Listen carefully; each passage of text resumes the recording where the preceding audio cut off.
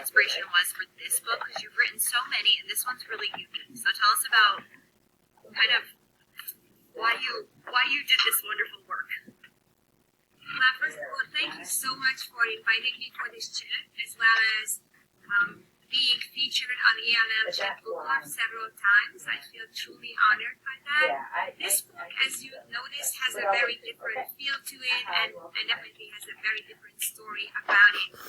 Just about all of my other books are co-authored, and a lot of them are about collaboration. So this is a true departure from that kind of theme or that line of research and publication.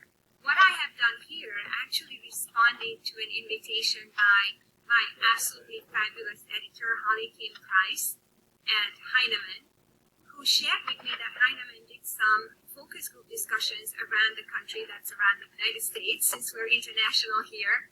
And they found that there is a lack of teachers told Heinemann that there aren't enough books for them to truly understand what English learners can do.